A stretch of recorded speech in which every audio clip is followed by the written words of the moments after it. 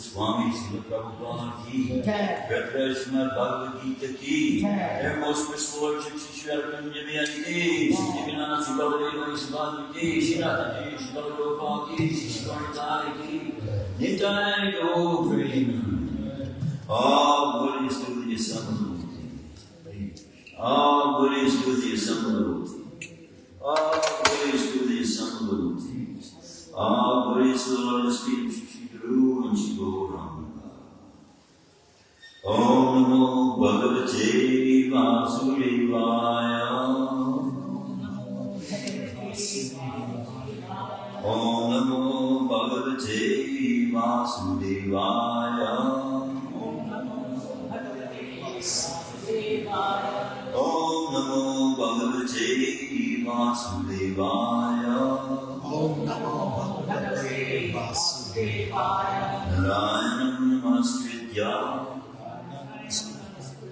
Ram Jaya Narottamam Devim Saraswatim Vyasam Tato Jayam Dhirayam Nastapraishu Bhadreshu Nityam Bhagavata Sevaya Bhagavati Uttamashloke Bhaktir Bhagavati Naistiki. So I wanted to read from the Bhagavad Gita this evening, from the chapter entitled The Opulence of the Absolute Truth. Chapter 10, verse 9. The thoughts of my pure devotees dwell in me. Their lives are fully devoted to my service, and they derive great satisfaction and bliss from always enlightening one another and conversing about me.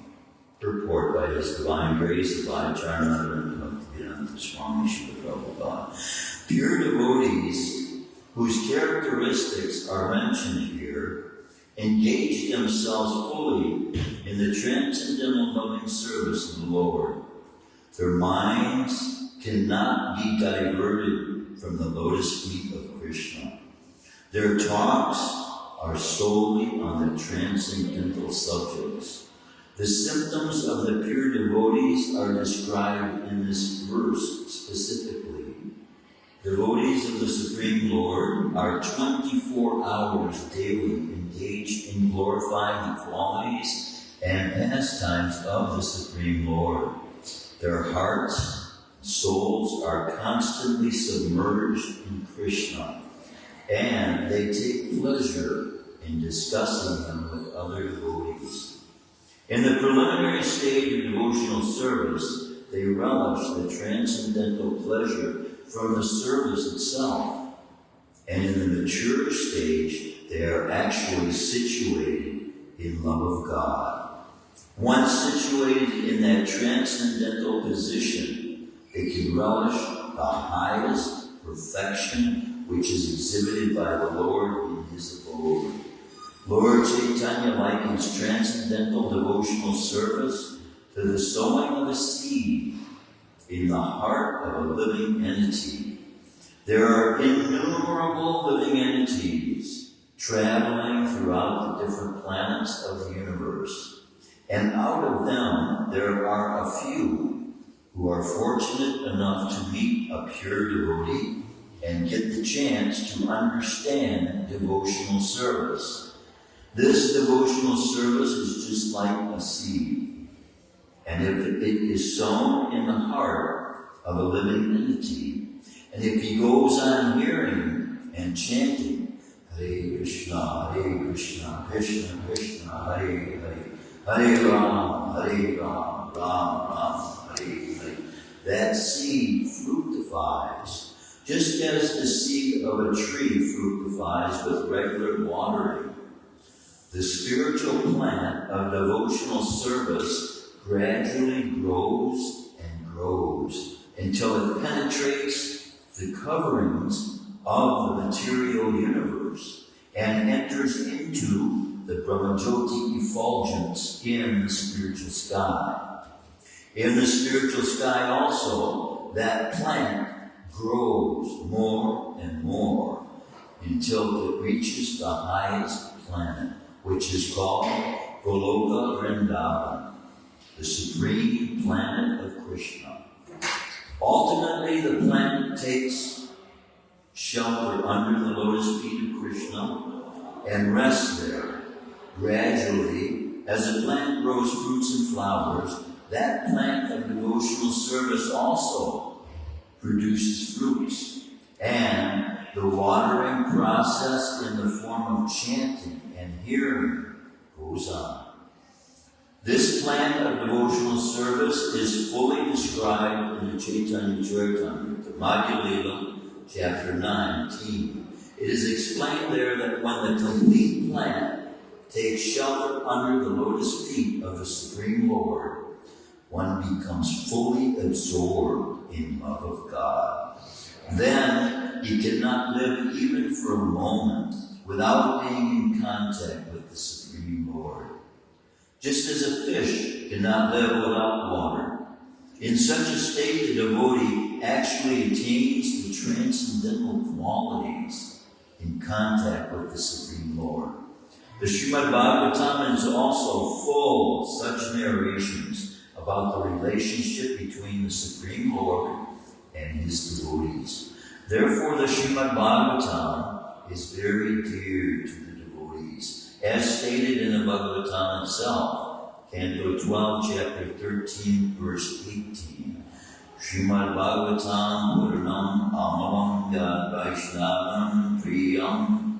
In this narration, there is nothing about material activities, economic development, sense gratification, or liberation. Srimad Bhagavatam is the only narration in which the transcendental nature of the Supreme Lord and his devotees is fully described. Thus, the realized souls in Krishna consciousness take continual pleasure in hearing such transcendental literatures, just as a young boy and girl take pleasure in association. Om Ekanta Ranjana Shalakaya Chakshusha Militamena Tasmai Shri Gurave Namaha. So Krishna is revealing to us the value of the seed of devotion. So this now that we've been given, that has been planted in our hearts by Krishna, Krishna allows his devotees to impart this seed of devotion in those that we reach out to in the world.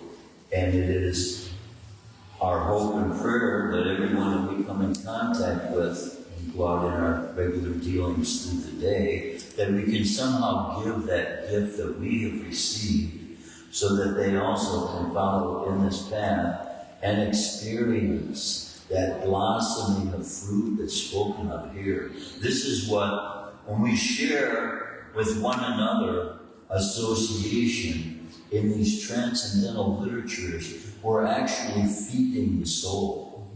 Because this spiritual truth that is being given in these literatures, which is not of a mundane nature, and as Srila Prabhupada points out in his purport, that once we begin feeding off of this spiritual substance, the soul then is able to reach beyond the outer coverings of this material universe. 3 times a day, after we've been second initiated, we chant Gayatri, which is a mantra of 7 verses. Mantra of 7 verses, we repeat each verse 10 times. In that meditation of Gayatri, the soul who is meditating upon the situation the universe is in. We start with the lower, middle, and higher planetary systems, and then focus our mind and our concentration about who is seated in the center of this universe, who is now Lord Chaitanya. Bhaktivinoda Thakur had a vision, and this vision that he had is included in this song that we sing at 7 o'clock.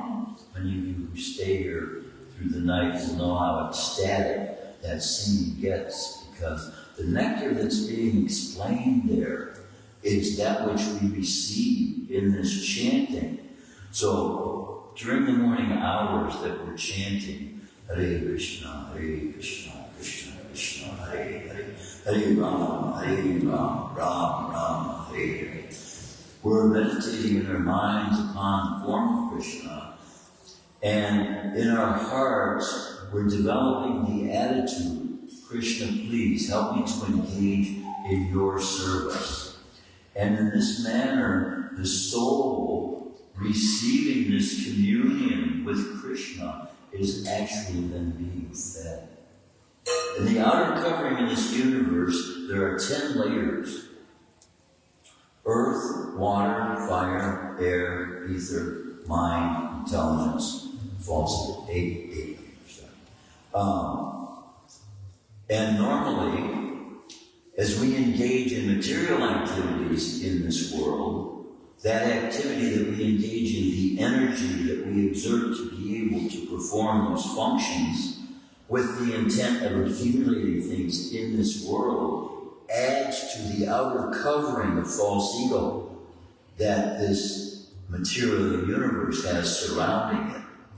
So as the soul is meditating upon Krishna and chanting Krishna's name, that outer surrounding of the universe is being broken through.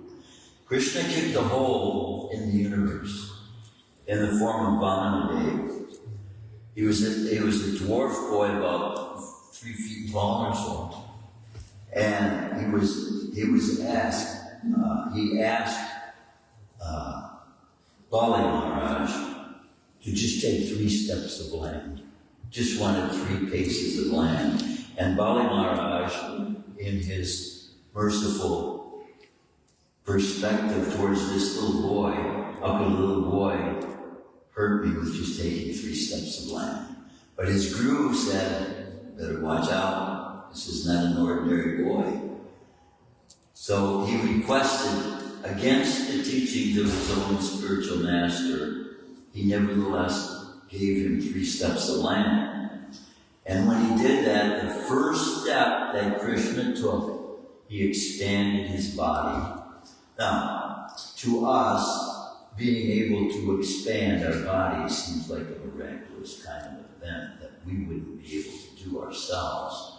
But it's described in these Vedic literatures that there are praptis, they're called cities, that are perfections the soul is able to achieve by application of the spiritual teachings of the Supreme Personality of Godhead. So, and we see in the example of many devotees of Lord Krishna, that in following, simply by following the instructions of Krishna and carrying out the functions of our daily activities, automatically these abilities that we wouldn't ordinarily be able to experience, because Srila Prabhupada, in his establishment of the International Society for Krishna Consciousness, enables us to see through the writings that these 4 regulative principles are being given to mankind for the perfection of humanity. So we don't take intoxicants, we don't eat fish or eggs, we don't gamble, and we don't engage in illicit sexual activities. By the keeping of these 4 regulative principles, then, the senses of the body become attuned to the consciousness that Krishna is promoting for us to be able to discern between what is spiritual and what is material. And so, as we pray to Krishna while we're chanting, please engage me in this devotional service, the system that is set up in ISKCON is made in such a way to fulfill the desires you have to become complete and perfected in Krishna consciousness. So we have devotees, some of them drive 60, 70 miles away, come here and perform devotional activities in the form of cooking, cleaning, dressing Krishna, putting Krishna to rest, chanting, preaching, distributing Bhagavad Gita. And by this application then, simply, every day you're applying these precepts to your life, your ability to communicate the message to others becomes more and more purified. Because we're not in this for ourselves. We're promoting this because the Supreme Person has devised a way for us to be able to get totally out of the prison house that this universe is actually. It's a prison house that is housed and closed, as I said, by 8 layers. Now, when the soul is engaged in this mantra meditation, It's just like being there. Because what you are doing with your mind is seeing the universe. So you meditate, the first mantra of Gayatri is Om Bhurva Swata Savatu Ranyam Bhargo Devasyami Yoyona Chorea. And what you are doing, you're meditating on the lower, middle, upper planetary systems, and then to the one who is situated on the golden throne, controlling the entire universe. Right now, that is Lord Chaitanya. He's the one seen by Bhaktivinoda on that throne, the center of the universe. What is special about that is the time is coming. All these spiritual paths that have been given to mankind over periods of time, because mankind has separated himself by different beliefs and different perspectives he has about God and about life and the way life should be conducted. So now we have all over the world divisions of people, groups of people who have separated themselves from one another because of the differences they have in faith and their perspective towards the Supreme Person. What these teachings of Krishna consciousness are going to do and are meant to do is to lift the consciousness of all those souls. We're not prejudiced against paths that there are existing for the sake of those souls who desire to stay within this universe and to gain access to the higher planetary systems. But Krishna consciousness is giving us a way to get entirely out of the universe altogether. So in the last 10, 15, 20 years or so, they've developed this concept of GPS. Everybody knows what GPS is. GPS, you put a little thing on something you have, maybe your car or something. Somebody steals the car, and then you dial into your number, and it will tell you exactly where your car is by the GPS signal that you're getting. We also have built into us this GPS signal. That's what this chanting is. And that's what this meditation is. You're telling Krishna where you are. So as you're chanting, we're hoping Krishna's going to come and get us at the end of his life, right? And in order to do that, then, we have to let him know where we are. So that's what this chanting is. And of course, Krishna is with us every day in our daily activities. It is described in the Hari Bhakti Vilas that this chanting of Krishna's names is so dear to Krishna that he sees it as non-different from his own flute playing. So the person sharing his body with you, who is Krishna, when you chant, you are making him happy. And by making him happy, he shares that happiness with you.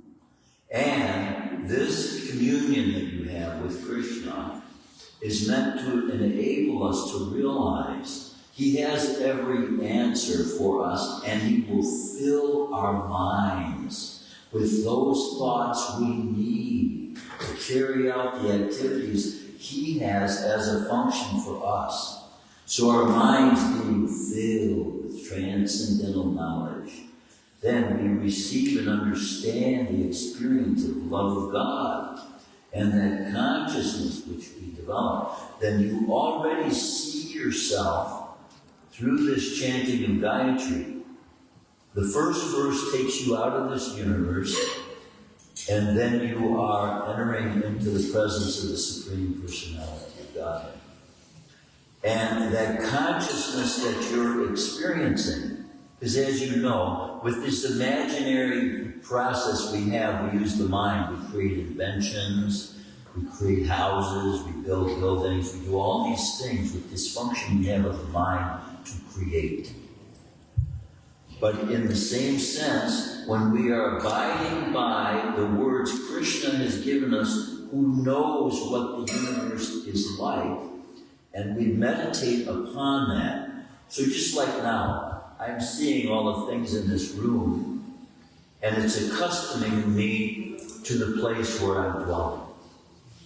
When you are meditating on the transcendental nature of Krishna, you are conditioning your mind to accept the conditions that are there. And then as the mind is being controlled by the recitation of the mantras of Gayatri, then your faith is being strengthened by Krishna. In the last verse of the Gayatri mantra, it is a prayer to Krishna. Krishna is the power that every man and woman is looking for when they are looking for a husband or a wife. And they are looking to be united with someone that is of the nature of their character that they will be compatible with. So that form of Krishna that people pray to in that mood when they want to be married is called Kamadev. And in that form of Kamadev, when we pray to Krishna, we are asking Krishna to shoot us with the arrow of his loving devotion. It's like a flower arrow. But then through this meditation, 3 times a day, every day, 15, 20, 30, I've been going 42 years now, this relationship becomes such that you know Krishna is your greatest friend.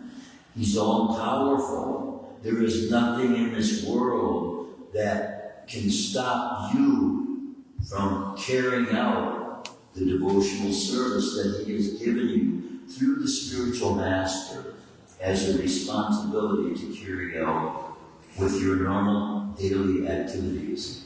And to the extent that you surrender, you will get this experience of love of God. And what Krishna is asking us eventually to come to, which is the full fruition of the soul, is to become totally surrendered. And then put aside all our desires for anything in this material world that we have developed. We've developed the patterns of our habits over millions and millions of lifetimes. And due to that fact, it takes many, many rounds of chanting. Every day we're chanting 16 rounds. When Srila Prabhupada came here, he had received from the same parampara direction from his guru to chant 64 rounds a day, which takes about 8 hours a day. So you can compare that between full-time and part-time. So we're chanting 16 rounds a day and hardly find the time to be able to do that, right? If you're holding a full-time job, you have to do everything you can, praying to Krishna, please make some room in my life, right? But Krishna is in control of time, and in fact, making this known to us, it says, time I am. The form of time that Krishna is speaking of, being that time in the material world, is that destructive force that's going to eventually dissolve the entire universe. But for the devotee, that time spent with Krishna is that which builds us in consciousness, in our communion, in our experience of love, and in that development that this verse speaks about in the producing of fruits. Because what will happen as you continue applying this process in the friendships you gain and make with people, they will want you. They will want you to give them what you have. Because once you realize what you have in Krishna consciousness, it's the greatest gift that can be obtained in this human form.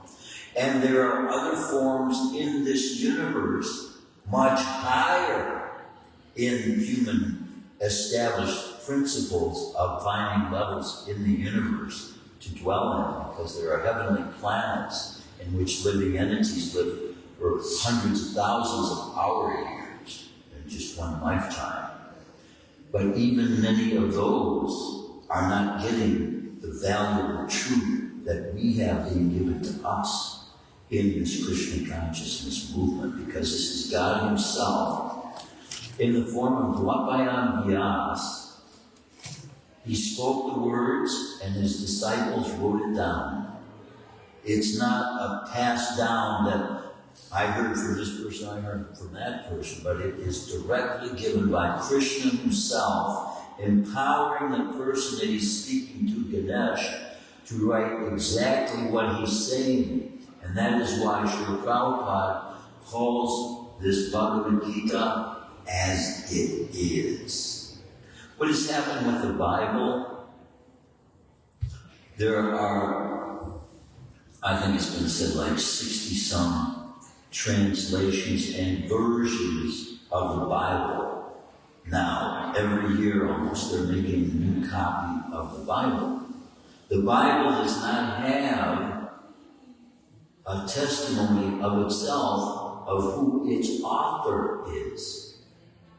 So, you're reading a book, you don't even know who wrote it. With Bhagavad Gita, there is no question as to the fact. And by the reading, you realize through the depth of the knowledge that's contained in it. Krishna is making statements in there that no ordinary human being can make a statement to say, I am time itself, destroyer of all these worlds. So, now to understand the need for our protection, this understanding of the universe being like a big globe, higher than the highest planets in the planetary systems that are called the heavenly planets, and the internal surface of this universe is the biggest portion of that area livable by human beings called the Bhu Mandala. So we have evidence and histories. In fact, Krishna himself was 12 feet tall when he was fighting on the battle of Kurukshetra. I shouldn't say he was fighting. He spoke, it didn't happen. And so that was in the age just before this age. And with 12 feet tall being normal, it's twice the size of our standard 6 feet tall, right? In the age before that, men grew to be 24 feet, 25 feet tall. And there are 4 ages, and in the age before that, men grew to be 50 feet tall. So we're seeing the evidences of some of these ancient civilizations remaining today, and still scientists are confounded as to how these pyramids got built. They don't even have machinery now to lift the size of the rocks that were used in building them. But they had superior intelligence and superior information. So, now with 50 feet tall human beings, in our minds, that's about as tall as you're going to get right on the earth. But on this inner covering of the universe, the living entities can become so huge they can interact and cause problems to the planetary systems. And we have accounts of this in Bhagavatam. When this happens, see, some souls that attain spiritual advancement and they attain all these abilities, they get puffed up sometimes. So what happens when we get puffed up? Fall down. And that's what happens. On the inner surface, there are beings, they reach the attainment of advancement, and then they become proud, arrogant. Even these things can seep into most dedicated people's hearts if we're not chanting constantly all day long. But we see Krishna taking a form in order to defeat these demons, that these souls that become demons by wanting to cause harm to others. Similarly, as this is going on in the universe, we're crediting the wind, the rain, the elements, all these things, the earthquakes, the volcanoes. But there is a connection between all the activities going on in the earth and that outer covering of the universe that is a force of karma. And everybody that is in the external energy of God, Srila Prabhupada describes it as the Brahma Jyoti. This whole universe is making up a part of what is called the Brahma Jyoti. When you hear of spiritual souls taking a process of meditation in which they chant Om, they're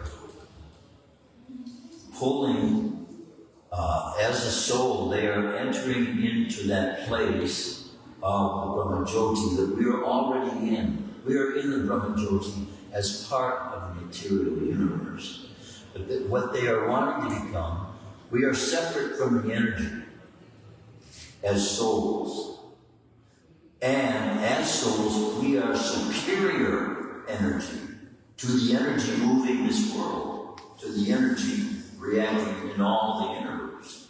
We as souls are superior to that. And that's why Krishna wants us to separate ourselves from the external energy. Not because he wants us to deprive ourselves of something for some kind of form of sacrifice or suffering. No, because there is a higher form of energy for us to constantly be realizing that we are a part of. And that is the spiritual energy, Sat Chit Ananda. That's what Krishna's body is made of. And that's what the entire environment of the Vaikuntha realm that is outside of the universe is made of. So when the soul is constantly in contact with that spiritual energy, we are marginal. That means we have the ability to make a decision to go either way.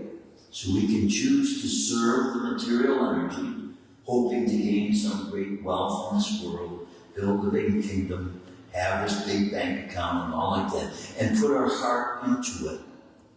And it will make our mind, our consciousness filled with the ideas and concepts of what all these accumulations of things in this material world is going to do for us.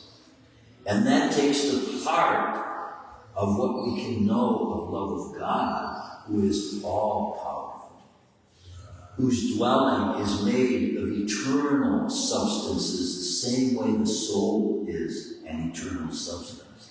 And knowing the nature of this soul, the Bhagavatam describes as giving realization such a taste that will lead us beyond this life itself. When we leave these bodies, it will not be a big surprise, because we are familiarizing ourselves, we're familiarizing the soul by absorbing the teachings in this Bhagavatam for what's going to happen after we leave these bodies. So we do not have to be in doubt. This is being given, the teachings, as I say, spoken by Sri Vyasadeva himself, who is an expansion of Krishna in the form of specific purpose to come and give Bhagavatam. The form Krishna is in the spiritual world, is far removed from this world. And then when we pray and we ask Krishna, we're communing with Paramatma.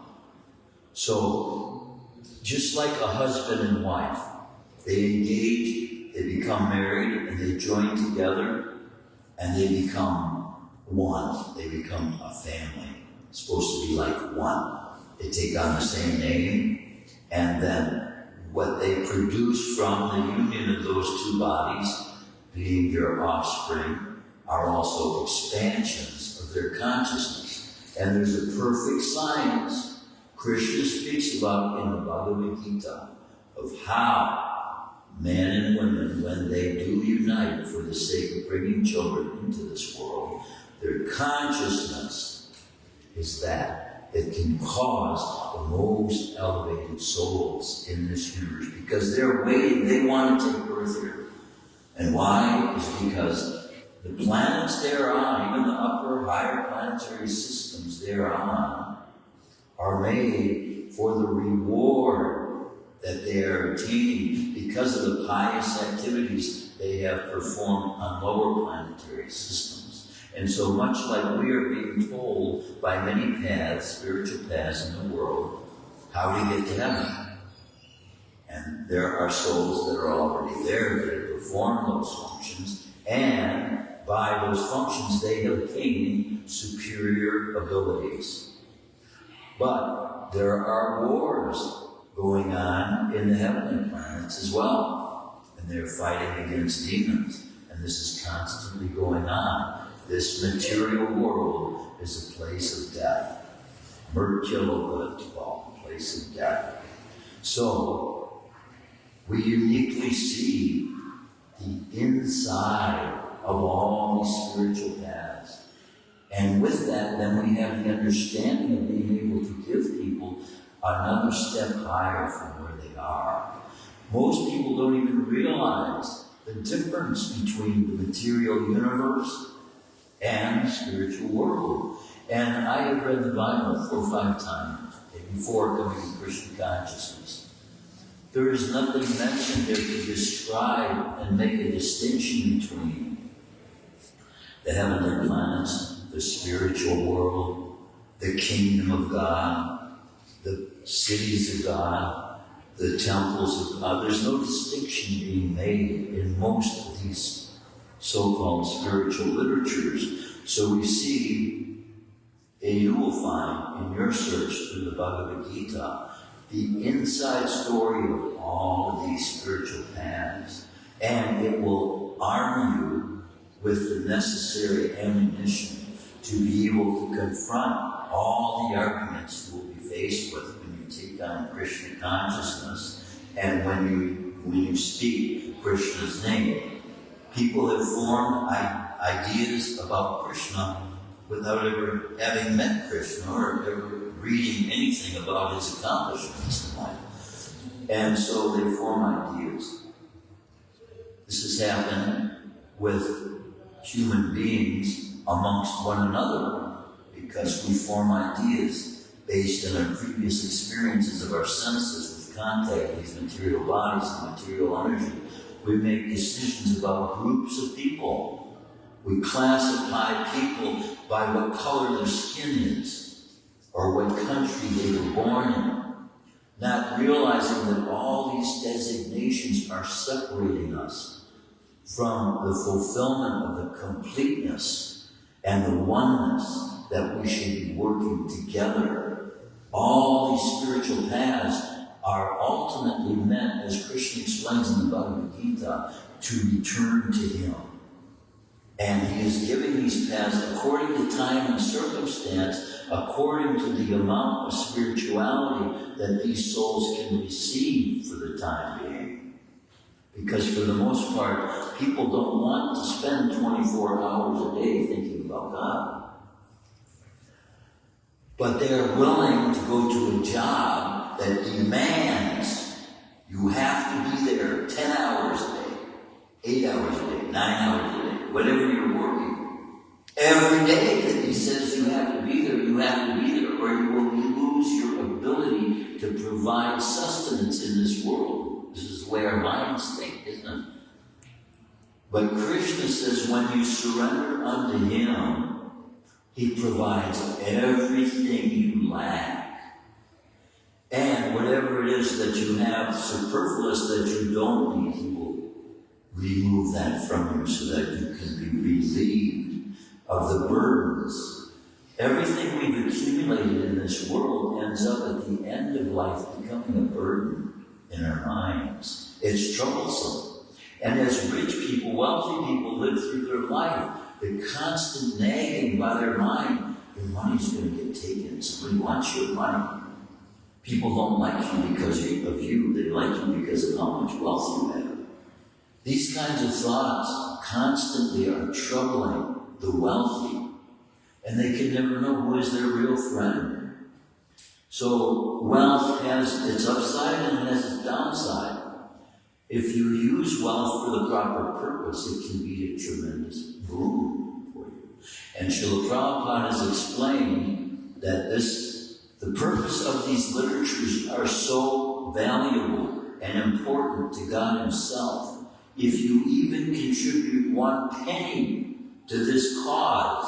Srila Prabhupada said you will get a human life next birth. Wow, a new body for a penny, that's pretty good deal.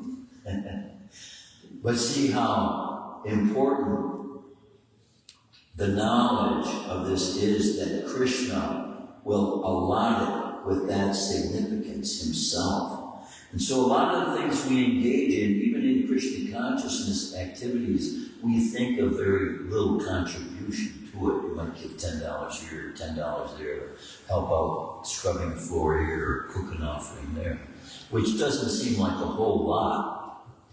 But Krishna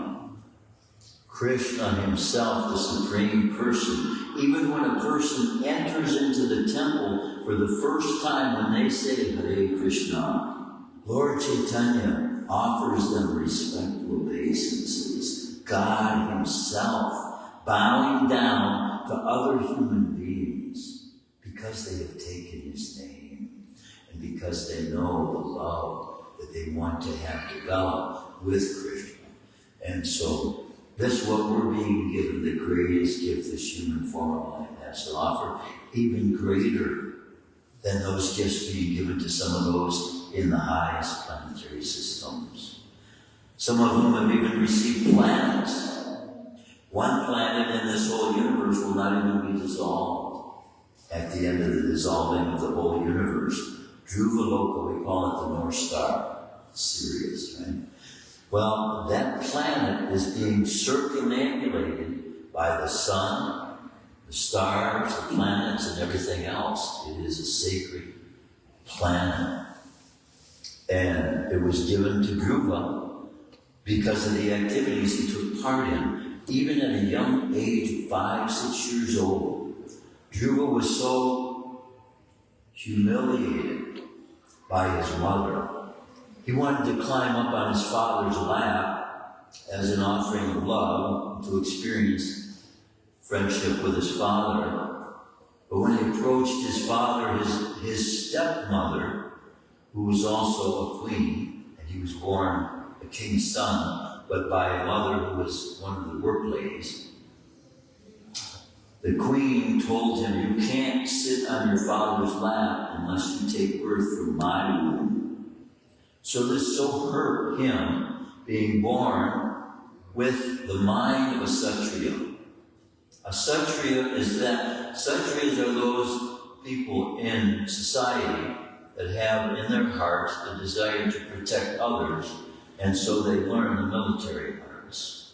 That's a specific class of people. In every society there are these people who want to do that.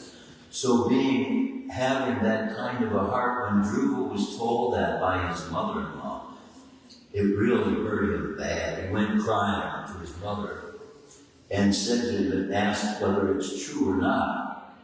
She said, if you want to find the fulfillment of your desires in life, then worship the Supreme Personality of Godhead. You have to go in the forest and meditate. Well, he took this very seriously, and he did do that until he found pleasure with Narada Muni. Narada Muni, as some of you may know, he's so special to Krishna.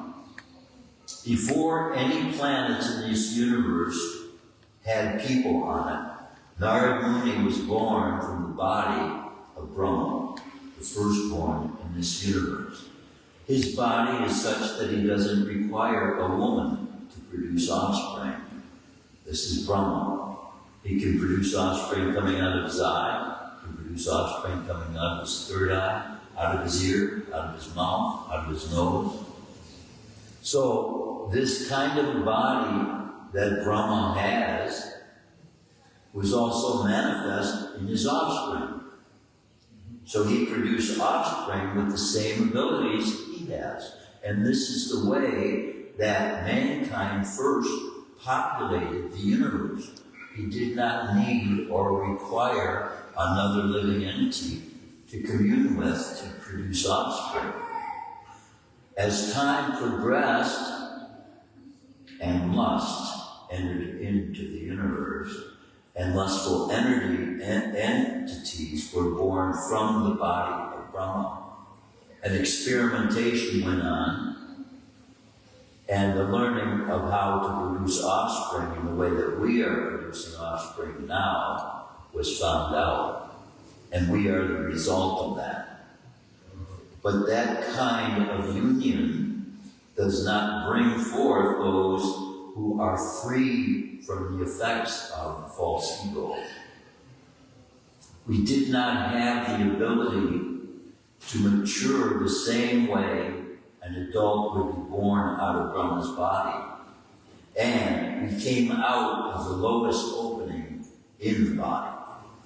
And a determining factor of how advanced a soul is coming out of Brahma's body is how high an opening the soul came out of. So we are all lowborn, you might say. And in this age of color, everybody is described as being born with Sudra qualities. Now, Dhruva was born a Sudra, but he had Kshatriya qualities. But being born in a time in which these castes were frozen in society in such a way, people had developed the ability to believe that if you're born a Sudra, you're a Sudra. If you're born a Kshatriya, you're a Kshatriya, and you can't get out of that. Your whole life, you have to be that. But see, this teaching of Krishna consciousness cuts through all that. Even in American society, we pride ourselves with having such freedom to be able to start at a low-paying job and then gradually work our way up to a very financially well-situated position in life. Krishna consciousness leads us to a lifestyle. I don't get paid for what I do. I do 3 offerings a day. I've been doing that for 42 years now.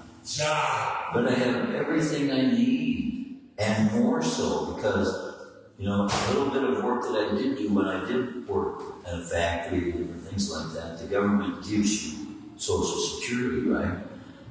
But I don't even need that, because Krishna consciousness provides everything I need in life.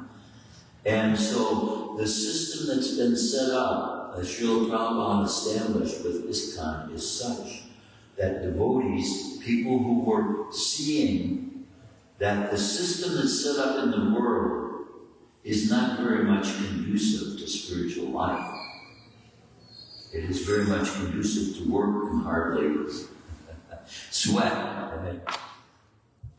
Sweat and elbow grease. But see, in Krishna consciousness, there's a statement in the Bible, quoting Christ, he says, "My yoke is easy and my burden is light." And what does that mean? So we take to the spiritual path, the physical labor. There may be a lot of physical labor depending on what position you take. But if you have in your heart to be able to preach to others, and you take that as your aim, because this is what Srila Prabhupada said, that pleases him the most. Whenever Srila Prabhupada can hear every morning, as devotees go out distributing books every morning, we tell Srila Prabhupada how many books have gone out. Because this act, as a profession, if you take it upon yourself a responsibility to give as many people as you find in your life the ability to give this Bhagavad Gita to, you will open up their eyes and transform their lives from that being a slave. See, when we work for the satisfaction of our physical bodies, for the senses of the body, we get that as a reward. And it comes in the form of a piece of paper with numbers on it, right? When you act in Krishna consciousness, the reward you get is the realization of the communion and the relationship you have with the person who is in control of everything. Krishna is in control of everything. Every job out there that there's a boss for, Krishna is controlling the thoughts of their minds. The laws Krishna has set up controls the amount of pleasure and happiness people can enjoy.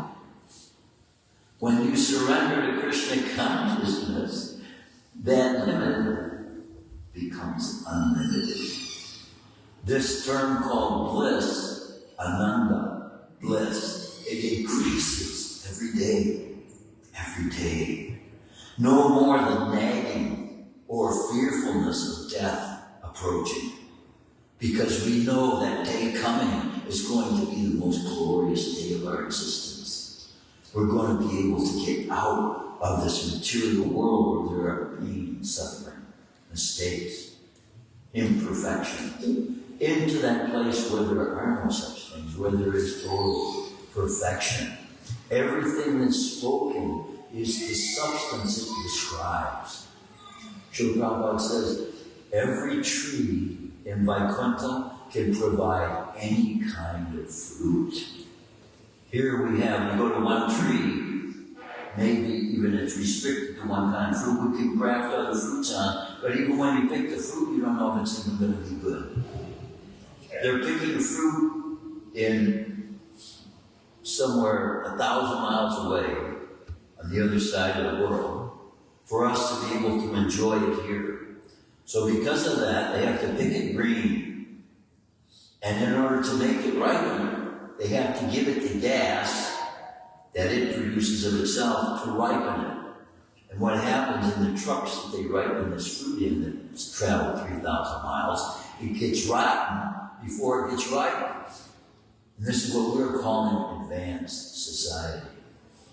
But there is coming a solution to all these world problems. When the golden age takes hold, I am being instructed now, the Hopi nation, the Hopi people, I don't know if you've ever even heard of them. If you look them up on the internet, you'll find out. These people have also, just as we have, been following instructions since time immemorial. They have a mountain they consider sacred, which has writings on it that none of us would ever be able to recognize. But they have readers of this writing on the mountain. They call the mountain the Speaking Mountain.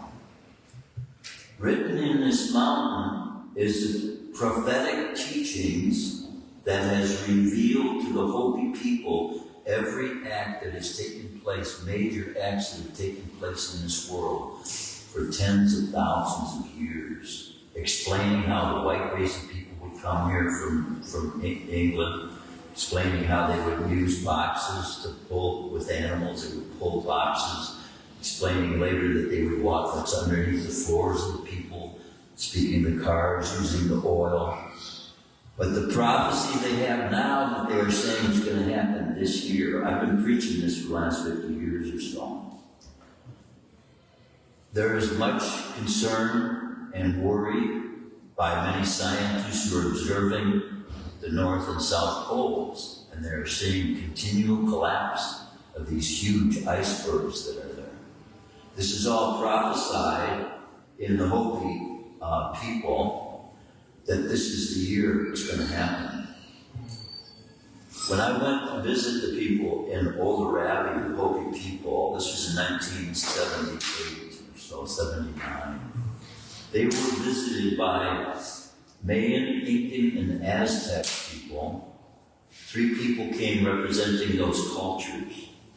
And because I was there, fortunate enough to be there, they invited me to help them build pyramids. They're going to build 52 pyramids on the inner earth. And most of us here probably don't even know what I'm talking about. You will find in Bhagavatam described civilizations who are living in the middle earth. This planet, by this revelation, and many cultures know it, ancient cultures know it, and they have offspring. They are offspring from the people who live from the inner earth. This earth is hollow. It was found out in the 1940s by a researcher called Admiral Byrd. You can look up his research and find out what he found. He called it a land beyond the horizon. Inside this earth is another sun.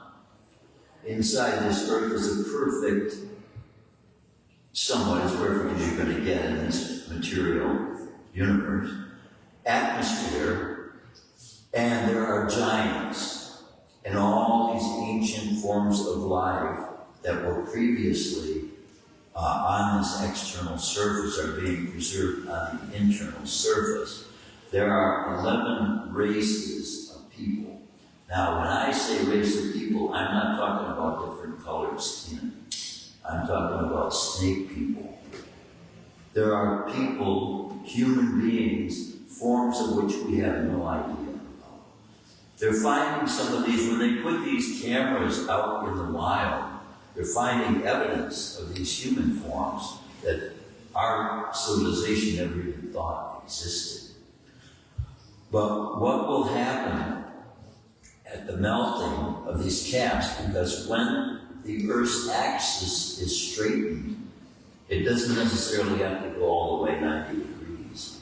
If it's even moved just a couple of degrees, we're going to get a big change in climate, leaning towards much more towards perfection.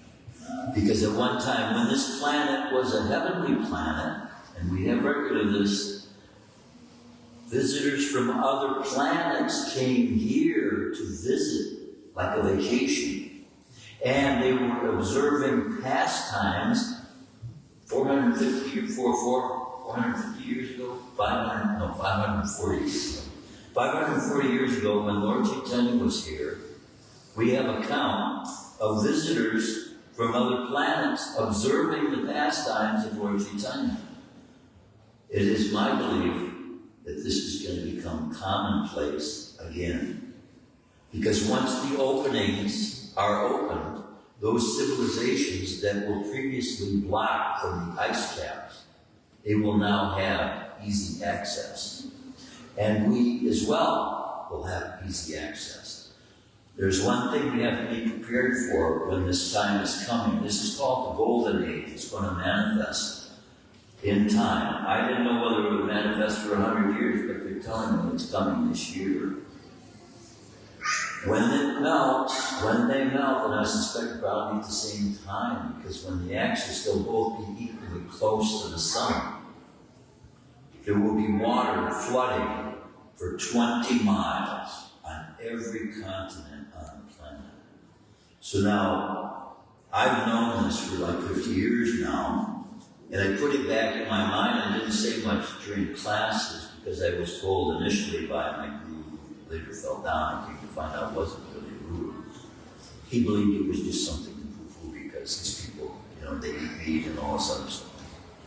But no, he didn't know their lifestyles, and they still had ways of offering their food. And they gave me food. They gave me a little wheat cake about this big that they store in what they call the kilas. And it was offered food. I ate that little wheat wafer.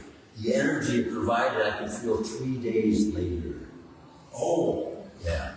See, these people have been practicing since time immemorial, the same way we have.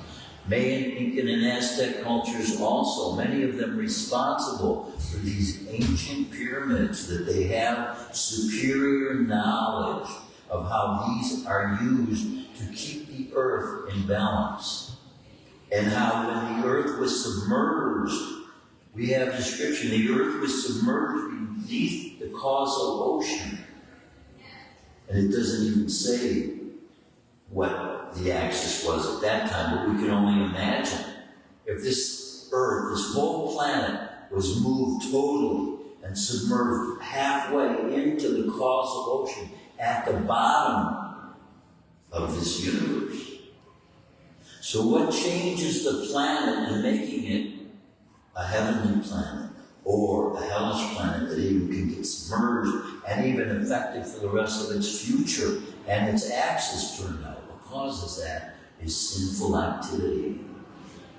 But now, since Lord Chaitanya has brought these teachings to restore, the prophecy says they will come with shaved heads and drums, and they will restore the people to the ways of the ancients. My friends, that's me and you. We are the ones with shaved heads and drums that are bringing this philosophy of Krishna consciousness that will lift the consciousness of the whole planet to make it once again a heavenly planet. And we are at a very fortunate time in history to be able to see this happening. But we need to be prepared. As an institution, Srila Prabhupada gave us understanding of how to become totally independent from the need for contact with people who are doing everything with material desires. We can do this all with spiritual motives. We can grow more perfect vegetables.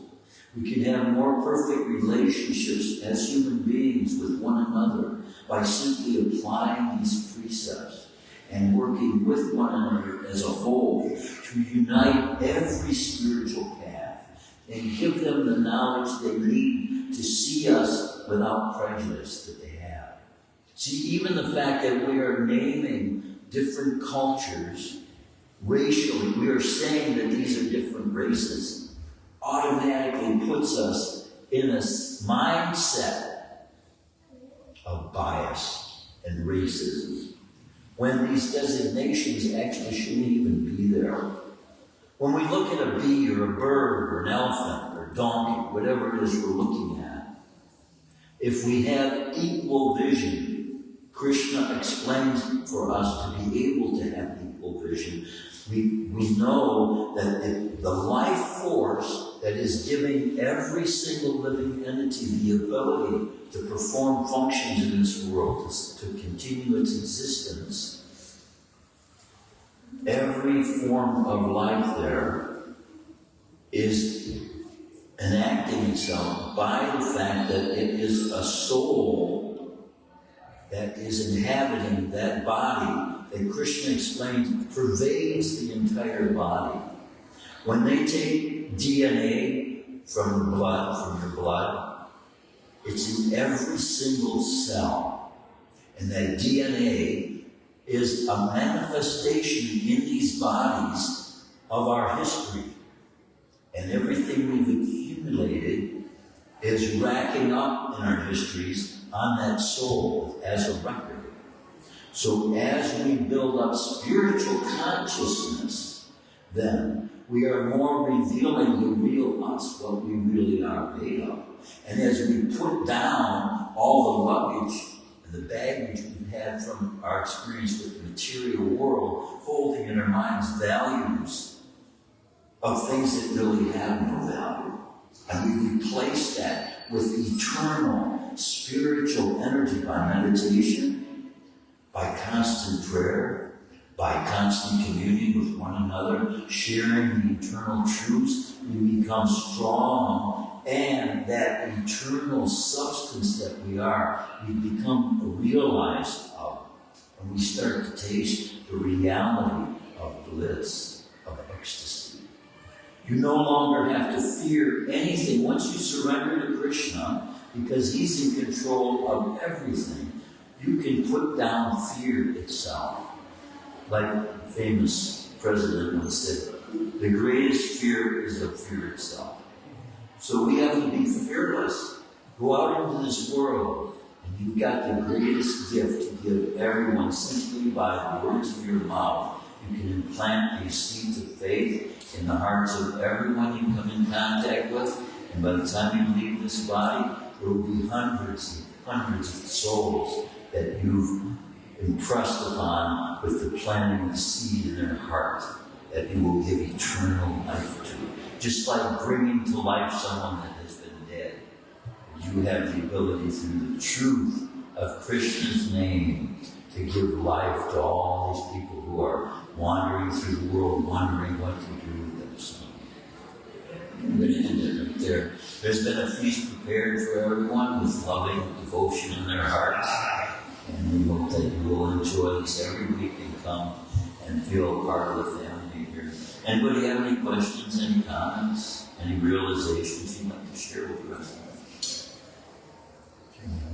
Bhagavad Gita ki, Prabhupada ki.